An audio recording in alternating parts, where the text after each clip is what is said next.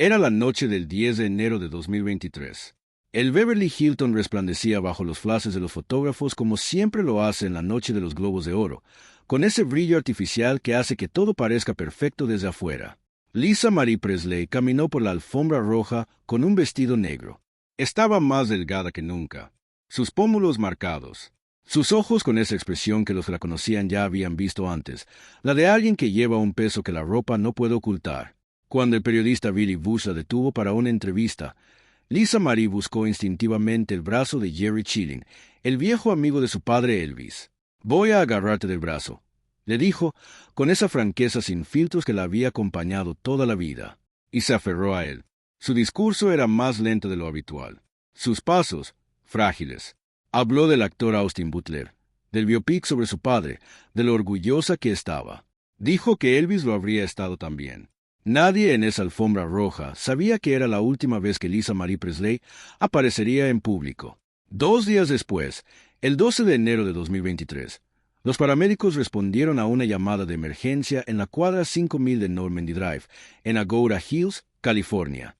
Cuando llegaron, Lisa Marie Presley estaba en el piso de su casa. Inconscient. Se impuso. Le practicaron reanimación cardiopulmonar. Le administraron epinefrina. Lograron recuperar el pulso. La llevaron al hospital West Hills con un marcapasos temporal, mientras inducían el coma.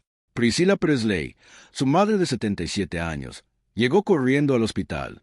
La fotografiaron entrando con el terror en el rostro que solo tiene una madre cuando sabe que el tiempo se está acabando. Pocas horas después, la única hija de Elvis Presley murió. Tenía 54 años. Y el mundo que durante décadas la había observado desde la distancia con esa mezcla de fascinación y pena que reserva para los hijos de las leyendas, no sabía exactamente cómo procesar lo que acababa de ocurrir. Porque la historia de Lisa Marie Presley no era la historia de una heredera que dilapidó su legado. Era la historia de una niña que vio morir a su padre a los 9 años y que nunca, en los 45 años que le quedaron de vida, encontró la manera de cruzar al otro lado de ese momento. Esta es esa historia, y merece ser contada completa. Para entender lo que le pasó a Lisa Marie Presley, hay que regresar a Graceland. No al Graceland del turismo, no al museo con las fotos encuadradas y las vitrinas de cristal y los tours en autobús. Al Graceland de 1977. A esa mansión de Memphis, Tennessee, donde vivía la familia más famosa y más extraña de América, rodeada de guardaespaldas seguidores y una burbuja de fama que convertía cada aspecto de la vida cotidiana en algo irreconocible para el resto del mundo. Lisa Marie Presley nació el 1 de febrero de 1968. Sus padres, Elvis Aaron Presley y Priscilla Beaulieu Presley, eran en ese momento la pareja más observada del planeta. Él era el rey del rock and roll. El hombre que había sacudido la cultura popular norteamericana hasta sus cimientos con sus caderas y su voz y esa mezcla explosiva de sensualidad y vulnerabilidad que nadie antes había mostrado en un escenario. Ella era la mujer que lo había esperado, la que había crecido bajo la mirada posesiva de un hombre que llevaba décadas siendo todo para todos y no encontraba como ser suficiente para sí mismo. Lisa Marie llegó al mundo cuando todo aquello ya empezaba a romperse. Sus padres se separaron en 1972, cuando ella tenía 4 años. Se divorciaron en 1973. Y la niña aprendió desde entonces a existir en los dos mundos que la dividían, la mansión de Memphis y Los Ángeles, la magia de Graceland y la dureza del mundo normal, el padre legendario y la madre que intentaba dar algo parecido a una infancia ordinaria a una niña que nunca podría tener nada ordinario. En sus propias palabras, Lisa Marie se definía como una niña solitaria, melancólica y extraña. Una niña que nunca encajó del todo en las escuelas privadas y los internados a los que su madre la enviaba, que observaba el mundo desde un lugar de perplejidad, como si hubiera nacido en el lugar equivocado o en el momento equivocado o ambas cosas al mismo tiempo. Pero había un lugar donde todo tenía sentido. Había un lugar que era suyo sin condiciones, Graceland, y había una persona en Graceland que era el centro absoluto de su universo. Elvis la bautizó con su nombre sobre el jet privado, el famoso Lisa Marie. La llevó en avión a ver la nieve a Idaho cuando ella dijo que nunca la había visto. Dormían en el mismo piso de la mansión, el segundo, y pasaban el tiempo juntos con esa intensidad que tienen las relaciones entre padres e hijos cuando el tiempo escasea y los dos lo saben aunque ninguno lo diga. En sus memorias, escritas y completadas póstumamente por su hija Riley Keough, Lisa Marie describió la relación con su padre con una honestidad que quitaba el aliento.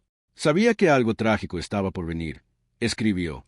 Solía escribir estas cartas cuando era pequeña diciendo, «Espero que mi papá no muera».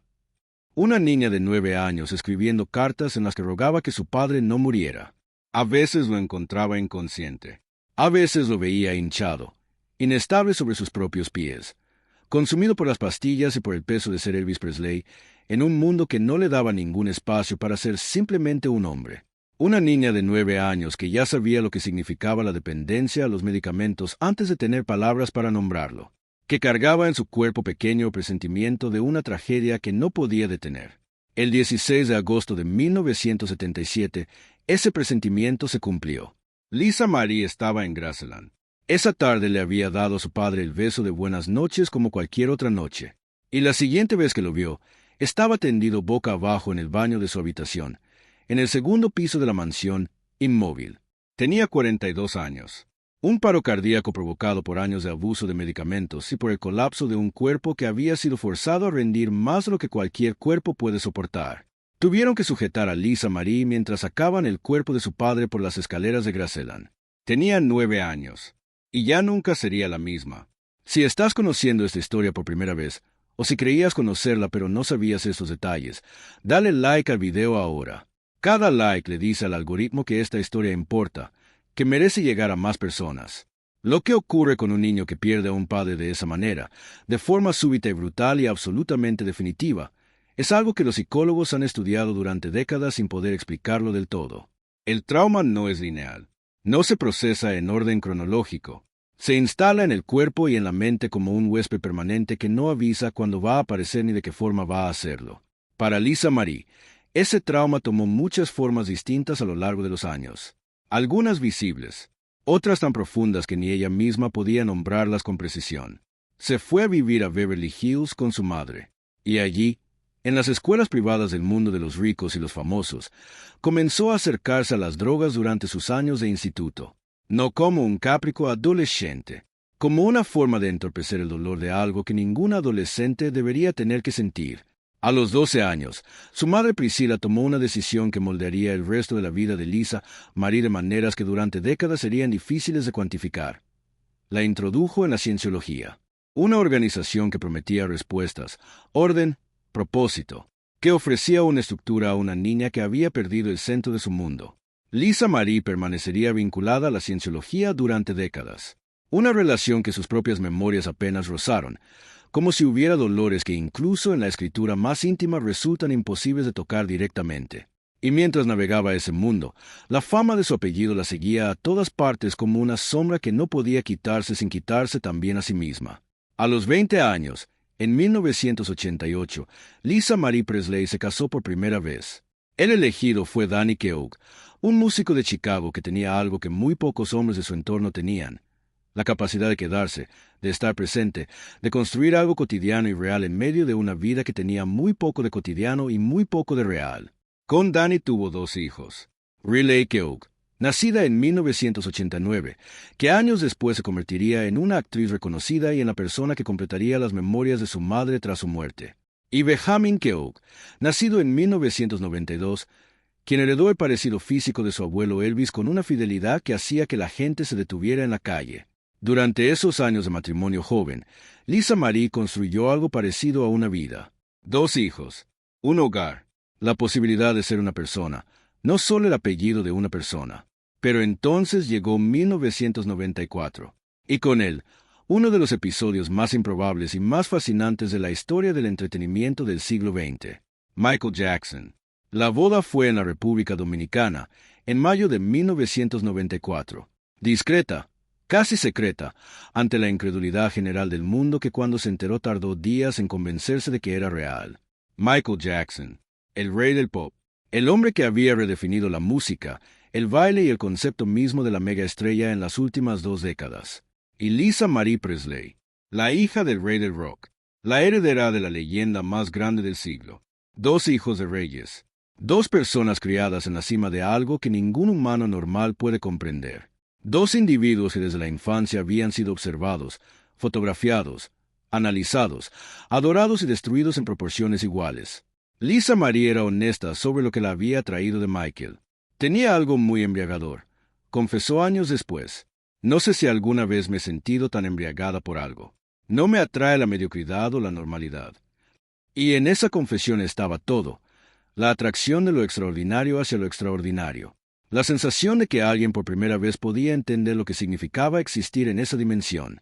Pero también había algo más, algo que en retrospectiva resulta casi insoportable de leer. Lisa Marie sabía que Michael tenía problemas con las drogas. Lo sabía, lo veía, y esa misma familiaridad con el dolor que produce la adicción en alguien que amas fue lo que la empujó hacia él. Había pasado su infancia mirando a su padre consumirse. Reconocía esa dinámica, y quizás, en algún lugar de su psique que la razón no controla, pensó que esta vez podía salvar a alguien. Michael llegó a decirle a Lisa Marie que le preocupaba terminar como Elvis. Esas palabras, pronunciadas entre los dos en la intimidad de una de las relaciones más extrañas de la historia del espectáculo, son quizás las más oscuras y las más proféticas de toda esta historia. El matrimonio duró 20 meses. Se divorciaron en 1996. Lisa Marie diría después que cuando finalmente reconoció la profundidad de la adicción de Michael, sintió que no había manera de salvarlo, y tomó la decisión que su padre nunca pudo tomar por sí mismo. Se fue. Suscríbete al canal si todavía no lo has hecho. Esta historia tiene muchas capas más, y no querrás perderte lo que viene. Después de Michael Jackson, vinieron más matrimonios, cada uno con su propia arquitectura de esperanza y su propia forma de derrumbarse. Nicolas Cage, el actor, en 2002. Una unión que duró 107 días. Cage pidió el divorcio argumentando que había sido un error mutuo, una de esas frases que dicen todo y no dicen nada al mismo tiempo. 4 meses de un matrimonio que dejó más preguntas que respuestas y que añadió una nueva capa de escrutinio público a una vida que ya tenía demasiado. Y luego, en 2006, Michael Lockwood, el guitarrista y productor que se convertiría en el último de sus 4 esposos, en Japón, en una ceremonia íntima donde Danny Keough, el primero de sus maridos, actuó como padrino. Una imagen que en sí misma dice mucho sobre la manera particular en que Lisa Marie gestionaba las relaciones, sin cortar los lazos, construyendo una familia extendida y complicada que funcionaba según sus propias reglas. Con Lockwood tuvo a las mellizas Harper y Finlay, en octubre de 2008, y fue durante la recuperación de la cesárea cuando ocurrió algo que sus memorias describen con una crudeza que congela la sangre.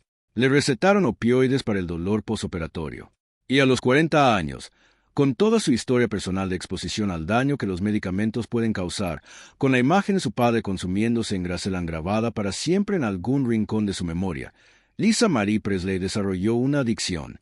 Lo que en sus memorias se describe no es el tipo de historia de adicción que Hollywood muestra en los biopics. Es la historia de una mujer que comenzó tomando las pastillas que le habían recetado y que gradualmente fue necesitando más para que el dolor, no solo el físico, fuera tolerable, que llegó a tomar 80 pastillas al día, que construyó alrededor de esa adicción una vida que desde afuera podía parecer funcional y que por dentro era un edificio sin cimientos.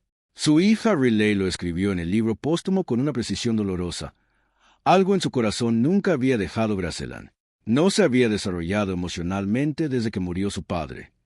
Una niña de 9 años congelada en el tiempo, atrapada en el momento en que encontró a su padre tendido en el baño del segundo piso. El divorcio de Lockwood llegó en 2016, pero el proceso legal fue interminable. Una batalla por la custodia de las mellizas que se extendió por años, con acusaciones cruzadas que ventilaron los aspectos más oscuros de la vida privada de ambos. El divorcio no se firmó hasta 2021, el año anterior a su muerte, y mientras todo eso ocurría, la herencia de su padre se convertía en otro campo de batalla.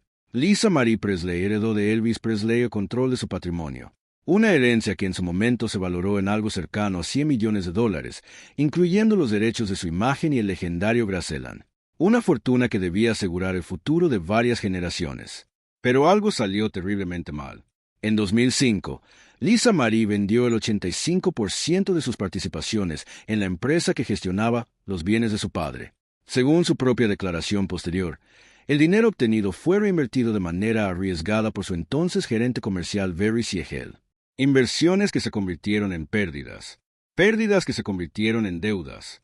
Cuando Lisa Marie cumplió 52 años, según lo que ella misma declaró públicamente, tenía apenas $14,000 en su cuenta bancaria y $16 millones de deuda. La mujer que había heredado uno de los legados más valiosos de la historia de la música popular norteamericana se encontraba, en términos financieros, prácticamente en bancarrota. Demand a Siegel. Siegel respondió señalando que Lisa Marie había gastado alrededor de $40 millones en la última década. La verdad estaba en algún lugar entre las dos versiones. Pero el resultado era el mismo. La hija de Elvis vivía con deudas que ninguna cantidad de trabajo podría saldar fácilmente, en una industria en la que además su carrera como cantante nunca había alcanzado el nivel que su apellido prometía. Porque sí, Lisa Marie intentó la música. Publicó 3 álbumes. Toho Meet Mike and Sen, en 2003, que llegó al 5º puesto del Billboard. Now What, en 2005. Stormy Grace en 2012. 3 trabajos con momentos genuinos de talento que nunca encontraron la audiencia que merecían, en parte porque ningún público puede escuchar a la hija de Elvis sin escuchar también al fantasma de Elvis, y ese es un fantasma que no deja espacio para nadie más. Pero si hay un golpe en la vida de Lisa Marie Presley ante que todo lo demás palidece, ese momento fue julio de 2020. Benjamin Keough tenía 27 años. Era el hijo que más se parecía a su abuelo Elvis. Físicamente, era una reproducción asombrosa. La mandíbula, los ojos, la estructura del rostro, todo reproducido con una fidelidad que hacía que la gente se quedara mirándolo en silencio. Había firmado un contrato discográfico de $5 millones con Universal en 2009, aunque con una condición que él mismo impuso: la música no se parecerá en nada a Elvis. Vivía con un perfil bajo, casi invisible para los medios. Era, según quienes lo conocían, el miembro más gentil de la familia, el más cercano a su madre, el que lidiaba con sus propias sombras en el silencio que había elegido como forma de vida.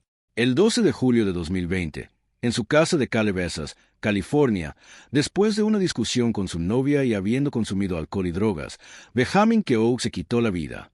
Tenía 27 años, la misma edad que se ha llevado a tantos artistas, y era el nieto de Elvis Presley, el hijo de Lisa Marie y el chico que quería hacer música que no sonara a su abuelo.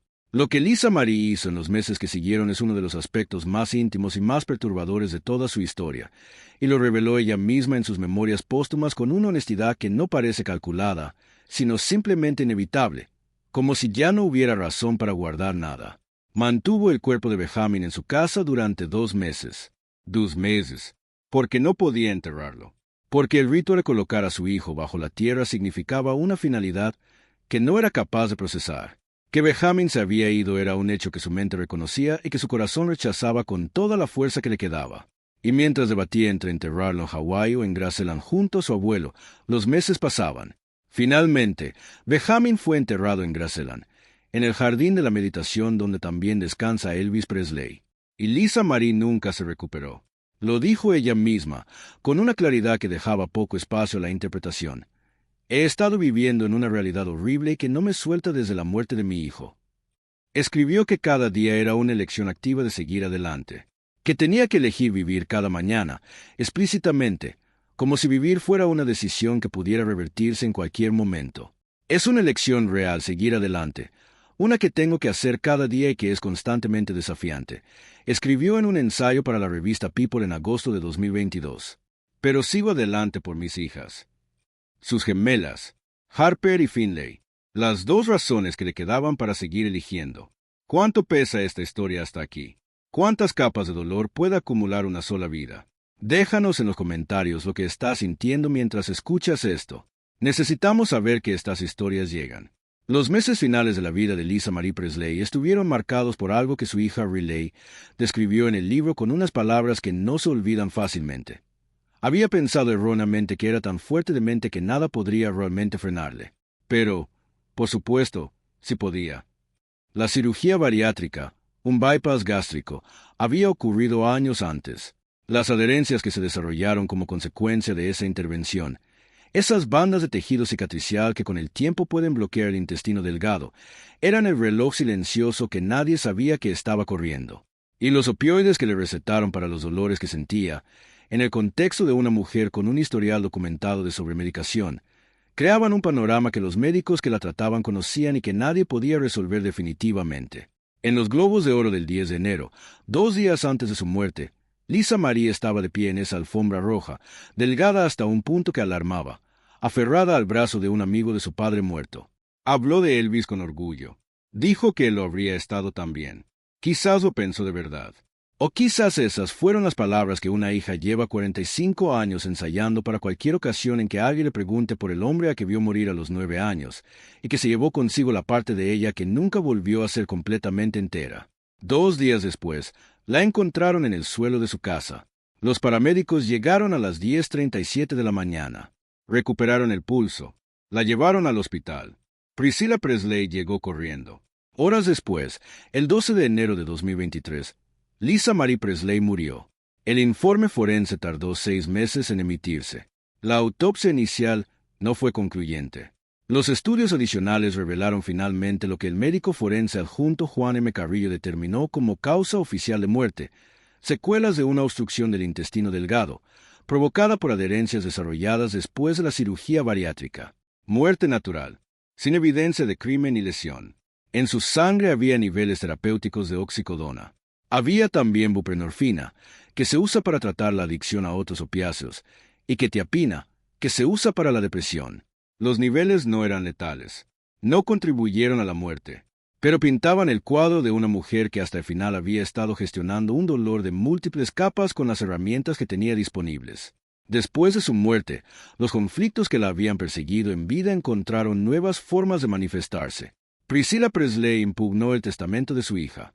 En 2016, Lisa Marie había modificado su testamento en secreto, removiendo a su madre como administradora del patrimonio de Elvis y designando en su lugar a sus 2 hijos mayores, Benjamin y Riley. Cuando Priscilla se enteró de esa modificación, solicitó a un juez que determinara su validez.